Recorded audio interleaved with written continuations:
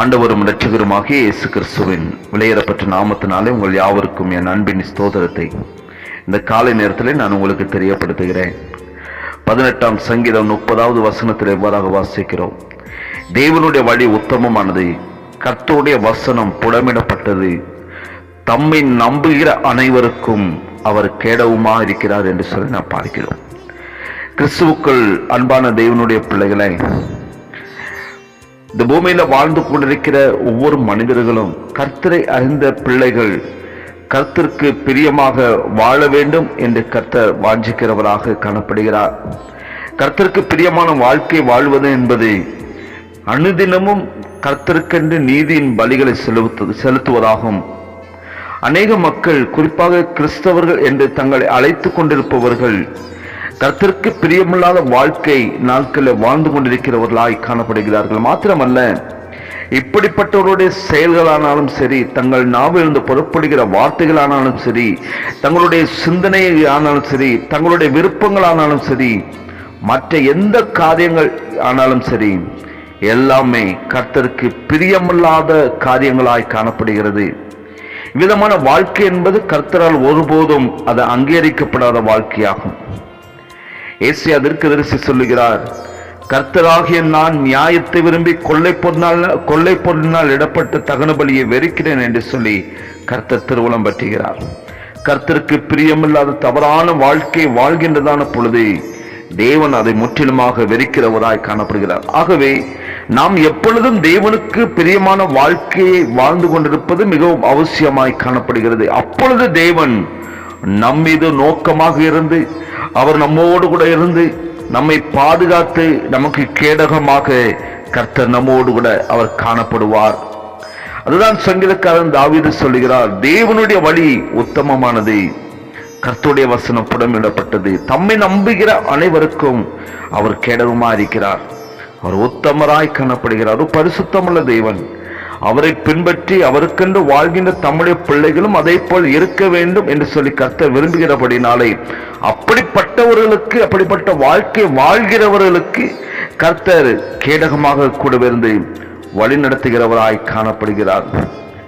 அப்படி வாழ்கின்றதான பொழுது கர்த்தர் நம் மீது நோக்கமாக இருந்து நம்மை பாதுகாத்து வழிநடத்துவார் என்பதை ஒரு நாள் நாம் மறந்து போய்விடக்கூடாது. தேவன் நமக்கு எப்போது நன்மையான காரியங்களை செய்ய வேண்டும் என்று எதிர்பார்த்து கொண்டிருக்கிற நாம் ஒவ்வொருவரும் நம்முடைய வாழ்க்கையானது தேவனுக்கு முன்பாக அது சரியாக இருக்க வேண்டும் என்பதை நாட்களில் நாம் சிந்திக்க வேண்டும். அப்பொழுதுதான் நம்முடைய எதிர்பார்ப்பு கர்த்தருக்கு பிரியமுள்ளதாக இருக்கிற, கர்த்தர் எதிர்பார்க்கிற காரியம் நம்முடைய வாழ்க்கையிலே அது சபலமாகும். எனவே கிறிஸ்துவுக்குள் அன்பான தேவனுடைய பிள்ளைகளை, அவர் நம்முடைய வாழ்க்கையிலே கேடகமாக இருந்து நம்மை வழிநடத்த அவர் போதுமான தேவனாய் காணப்படுகிறார். அதற்கு நாம் செய்ய வேண்டியது, அவருடைய சகல விதமான காரியங்களையும் நம்முடைய வாழ்க்கையில நாம் கை கொண்டு நடக்க வேண்டும் என்று சொல்லி கர்த்தர் அவர் எதிர்பார்க்கிற தேவனாய் காணப்படுகிறார்.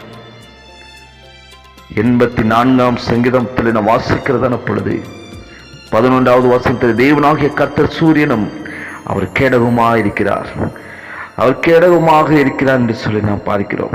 நீதிமொழிகள்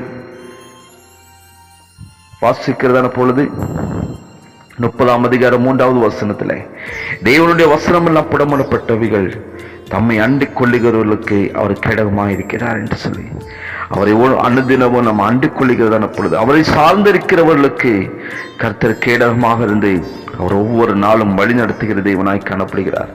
எனவே கிறிஸ்துவுக்குள் அன்பான தேவனுடைய பிள்ளைகளை, ஒவ்வொரு நாளும் அவரை தஞ்சமாய் கொண்டு அவருக்கென்று பிரியமாக வாழ்ந்து அவருடைய சித்தம் செய்கிறதான பொழுது கர்த்தர் நம்முடைய வாழ்க்கையில கேடகமாக இருந்து அவர் துருகமாய் கோட்டையாக இருந்து நம்மை பாதுகாத்து வழிநடத்த அவர் வல்லமுள்ள தேவன்.